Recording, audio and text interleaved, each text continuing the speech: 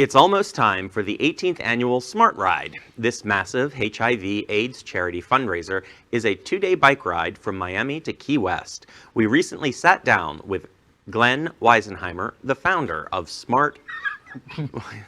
I'm sorry, Glenn. I'm so sorry, Glenn. Glen Weinzimer, the founder of the Smart Ride, to talk about it. Watch this. Well, next up, let's welcome Glen Weinzimer, the founder of the Smart Ride, happening on November 19th and 20th, and traveling from Miami to Key West. The Smart Ride, counting now number 18, is the country's second largest AIDS bicycle ride and the only one of its size to give back 100% of funds raised to AIDS services organizations. So far this year, the Smart Ride participants have already raised almost $760,000. You didn't hear that number wrong. And are shooting for $1 million again. Glen Weinzimer is also the owner of Bona Italian Restaurant here in Wilton Manors. Love the place, where their Give Back Mondays, dine-in or takeout diners and dinners have a portion of all sales go to different charities throughout the South Florida community. The event is going to be honored, in fact, at the Equality Florida Gala next month for its support of our LGBTQ community. Good evening, Glen. Good evening, Al. Thank you for having me. We are really happy you're here, and we always love talking about the Smart Ride. First off, let's get it right off the table. Why in the world, besides the benefit, would somebody get on a bicycle for 165 miles? You'd have to ask every single one of those riders that does it. Approximately 400, I've heard? Yeah, we usually end up around 450. We start out with like 600. 30% of all participants don't show. It's a national average. Oh. Doesn't matter if it's Atlanta with 100 riders or California with 3,000 riders. 30% don't show, even on an anniversary year. Right. Wow. Yeah. But they continue to support the event, but they just end up not riding. Correct. Yeah, there's family emergencies, there's, business commitments, job obligations, things like that. Now, the obvious joke of the Smart Ride number 18 is you've been around the creation of this, being the driving force, being the spine and the brain. Let's make a joke of age. Okay, let's talk about yours. Because if I'm not mistaken, we were born in the same year. Oh, well. Yeah, you're probably mistaken. I'm going to believe that. 18 years. I read that you've raised over $12.5 million. Yeah. My gosh, that is absolutely stunning. And it's a number that's hard to process. It really is. It really is. We're talking about LGBT first off, and in South Florida. $12.5 million has been raised for this project. And it's benefited so many organizations throughout the state of Florida. Our legacy agency is AIDS Help in Key West. We've got Pride Lines in Miami. We've got Broward House in Fort Lauderdale. We've got Compass in Palm Beach. We've got Miracle of Love in Orlando. And it looks like we're going to be working with Epic and probably Equality Florida next year as additional agencies. You know what's amazing about it, too? To have a number, to even be able to say that you have an event that's been around for 18 years, first off, is an accomplishment in the LGBTQ community. Second, to say the impact of an event that has been around for this longevity, supporting HIV services, which are so critically important in our community. And then third, you apply a number of $12.5 million. It's almost unimaginable when you combine those three issues. And then you add in the fact that we guarantee that 100% of that money is raised as returned, that we don't use any of it to produce the event. And the event cost us a couple $100,000 to produce. Yeah, and help everybody understand that, because we every time we talk about Smart Ride, we talk about 100% of the money is going to HIV services. Explain to the listener how you pay those expenses of running. Sure. So each participant pays $135 to participate, and that includes their housing and all their food. That helps offset the cost of the event.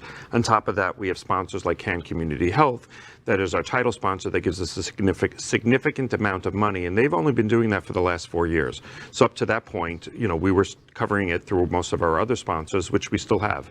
And I don't want to leave anybody out, because I always do if I start mentioning them, but like Gilead and Merck and Hunter's Bar, there's so many people in our community that have gone over and beyond to support us either in kind or with hard dollars.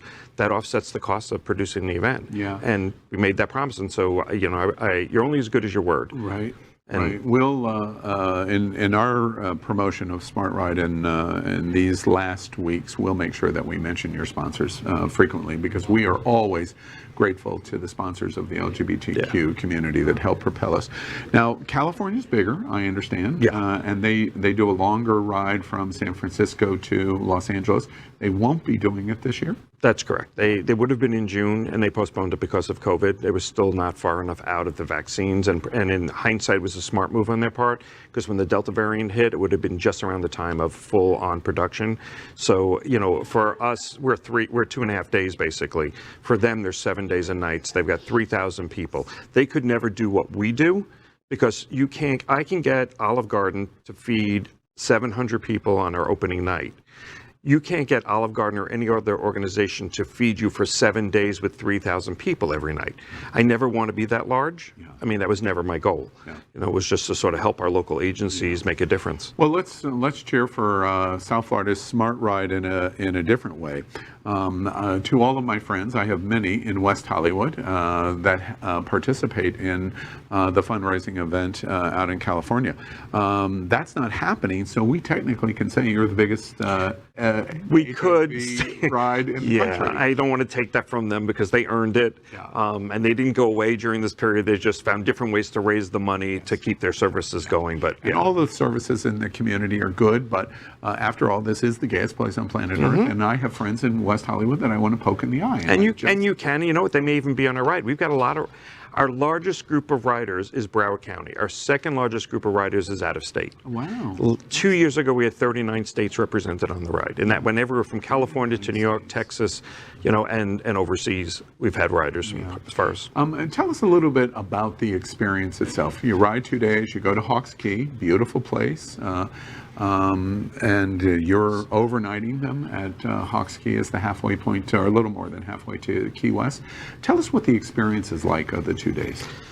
So the first day they ride 100 miles. So you look at it as 5 20-mile rides. You know, if you look at it as 100 miles, like someone like me, that's overwhelming. I can easily say, you know, I can't do that. When I turned 50, I decided I would do it. I don't do athletic things. I don't catch a ball. I know you do, but they may not out there. So if they don't know that, I don't catch a ball. You're an Italian restaurant for a reason. Exactly. It's the reason I do other things, and I'm better at administration and marketing than I am at athletic sports. Right. Bowling, maybe. Yeah. But that's a maybe. And that's a maybe. And I know this goes off topic, but it's funny. And you can always cut it if you need to. So I took tennis in college because I thought, look how cute those skirts are, right? Yeah. It'll be great. I took it twice. The professor told me to drop it the second time, because he said he never met anyone who gets progressively worse the more they practice. Yeah. And I had to drop it. You know, that story just seems so believable to me. It is believable. I wouldn't lie. But back to the experience. I mean, we create a family that is unlike anything else our participants do. They train together. A lot of riders will say, you know, I loved the weekend, it was so amazing. And I have to push back and say, you loved the experience that started 3 or 4 months beforehand. Right. It's getting up at 6 in the morning and riding with your peers and experiencing flat tires and having stories when you go to breakfast. And then it builds and culminates up to that Friday morning when you ride out of the University of Miami and you start this journey. And at each pit stop, there's someone there to cheer you on and to give you water and Gatorade and give you a hug. And there's a full medical team. And so you're coddled the entire way down. And it's an amazing experience. You have so much time in your head during that you can process why you're doing this, you know, and process life and just, you know, how lucky it is that you're capable of doing this, because there's a lot of riders that have been on this. You know, when this originally started, we have 18 years with me or for Smart Ride, but prior to that, there was 6 or 7 years of other reincarnations of the event, and they weren't successful, but it's been going on, you know, for almost 2.5 decades. Part of the experience that you're talking about also leads up, especially in the last, in the time period where we're approaching just a little under a month, the fundraising events. What are some of the kinds of fundraising events that happen? What is among your favorites that you've ever seen? Some of the turnabouts that the bars do is incredible. Have you gotten into drag? At the Lips event. Yeah. I did. And I got very comfortable. And some people got nervous. No, that wasn't pretty. That was not pretty. I was a very ugly Nancy Reagan. That's all I have to say. And her final days, not even like when she was young and stuff. It was just bad, really when the bad. Ouija board was When the used Ouija to board was contact her. exactly, I got exactly. it. So, It's but yeah, clear now. but I had a lot of fun, because anytime you can get all these people together, they come from so many different backgrounds and so much economic diversity that when they come on the ride, I often say it's sort of like going to the hospital. You could have a Porsche outside, you could, have expensive clothes and everything else, but when you go in the hospital, you're stripped of your identity. Other than maybe your nail polish, which I know you don't wear a lot of, but other than your nail polish, like you really are in the hospital, and no one can tell whether you're a billionaire or whether you're someone off the street. Yeah. And the ride is kind of like that in the sense that you're meeting all these people from all different walks of life that are focused on the same end goal, but they're all wearing spandex that nobody looks good in. Well, there are a couple of people, but for the most part, people don't look good in, and they're all on bicycles with 2 wheels. Your bike might be $8,000, mine might be $200, but it's a bicycle. Yeah. And it sort of levels the playing field. And I find that there are people that if you were out on the street, and you and I were at the National Task Force Gala this weekend, everyone's dressed up. It's harder to approach them because you're making a judgment based on their clothes or their style or who they're talking to. On the bike ride, you sit down for dinner, you don't know who you're sitting next to. You could be sitting next to the president of a pharmaceutical company. That's an awesome concept. Let's go back to the task force for just 15 seconds. Who looked better, me or you? The tally is still out. And they said it'll take at least another week and probably 2 recounts before they can make that final. Well, we are in Florida, and the voting process. And then we'll be on to illegitimate. We'll be on to a new story by then, so it'll be irrelevant. Right, exactly. Glenn, it was me, by the way. Glenn, lots of people in the community think that HIV is an issue of the past, and they don't see it as something that is as vital in our community as it once was. Help explain why it is. So, there's so many reasons. In certain groups it's less prevalent. Probably around the country, in the gay white male, it's less prevalent because there's more education. In our community, it's mostly happening in underprivileged, marginalized communities. The ages 13 to 23 are getting infected at the highest rate.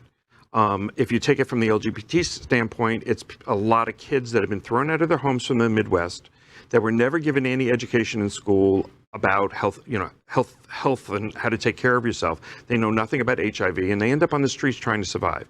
By the time they get into an organization like not Compass, Pride Lines, or even Compass, but Pride Lines in Miami, chances are there's a good shot that they're already infected. I had this conversation with SunServe about transgenders, and it's the same kind of thing. So there's this whole group of people out there that are not educated well enough about their sexual health. So you've got it running rampant for that. You have you're fighting against stigma. You're fighting against the churches. When you go into the Black community and you can get them free medication, often they won't take it. Our agency in Orlando, Miracle of Love, has to deal with this on a daily basis. They can get them the pills, but chances are that community won't take it because someone sees the pills, they're going to think you're either gay or you're already infected. Yeah. Because again, it goes back to information and knowledge and that kind of thing, and education. Yeah. So yeah, it's still, Florida still ranks #1, sometimes #2 in the nation for new cases. South Florida, number 1. South Florida's #1. Yeah. Last, but certainly not the least, we're coming into home stretch for November 19th and 20th. How can we help? What do we do now between now and the 19th? Absolutely. Well, if you're an avid rider already and you can ride, there's still plenty of time. Each participant, meaning each rider, has to raise $1,250. Surprisingly, it's frightening to a lot of people, the idea, and it's overwhelming of $1,250, but there's so many simple things you can do that within a week you can raise that money. You can do a Facebook promotion. I did it a couple of weeks ago, and within less than a day and a half, I had raised $2,000. If you send a letter, you ask people, you never know who's been affected by the disease, so you ask everybody. I'm always surprised by some of the people that make donations, only to find out that they've never told anybody, but their son died of AIDS, or their niece or nephew died of AIDS, or they've got infected. And so, never discount that conservative group, because you never know where that president has been in his life and what that experience is like. And if you're not riding, then how can we help? Then we would love you to make a donation. at www.thesmartride.org. There's a button for donate now, and you can make a generic donation to the ride, or if you have a friend in the community that's riding, Of which you do. you know, please give them an, even if you've donated to them before, you know, they're throwing their heart and soul into this, and they're training and really like getting ready for this event, and it means so much to them and our community and all the benefiting agencies. Throw them another, you know, $10, $20, whatever it might be that you can afford, because it all adds up. You know, over 10,000 people made donations 2 years ago. Yeah. That means 10,000 people said the word AIDS. Yeah. That means 10,000 people were moved enough to write that check or run that credit card. And, you know, that's amazing. Yeah. Well, Glenn, of course, congratulations. This is a win-win-win for our community. Smart Ride, November 19th and 20th. You can contribute. You can ride still if you would like, but most important, you can contribute. Find a rider and make a pledge of support. And you can volunteer. And you can volunteer. And you can volunteer. Exactly. We have 250 volunteers that do everything from driving trucks to handing out water. Yeah, and this is an event over 18 years, $12.5 million. The strength of the LGBTQ community in this event is we went through this little thing last year. I don't know if you heard, but we had a pandemic last year. Did you know that? I thought it was 2 years ago. Yeah, we had a pandemic last year, and you still raised $1 million. No, we raised $700,000 without actually doing the event. Yeah, okay. Yeah, we All did right. a Reimagine ride. Do what your metric that's of right. 165 is. Reimagine. The number of miles from Miami to Key West is 165, and so we asked people to do their metric of 165. And the goal here is the Smart Ride is at approximately 760 right now, and over the next 3.5 weeks, we're trying to get it to $1 million. And I believe in this community, and honestly, we in a normal year, because you know we're still sort of in a COVID year, in a normal year between now and the ride, we would be raising $100,000 a week easily, and you know, so I believe and know that they can raise $1 million. Yeah. Well, congratulations to you, Glen Weinzimer from Smart Ride. Make sure you walk into Bona Restaurant, have dinner, and meet Glen. You'll probably have the same reaction of him that I have, but he runs a and yet you still come back. I do come back. He runs a great restaurant and really a great supporter. Congratulations on the Equality of Florida Award. Thank you. Well worthwhile. Support Smart Ride, November 19th and 20th. Various ways that you can do it. Very important to stand up for our LGBTQ community. Glenn, thanks. Thank you, Al. I sincerely appreciate you giving us that platform. LGBTQ plus news is vital for our community and for the broader world as a whole. We have enough enemies at Fox News. Tucker, Sean, and Laura are loud.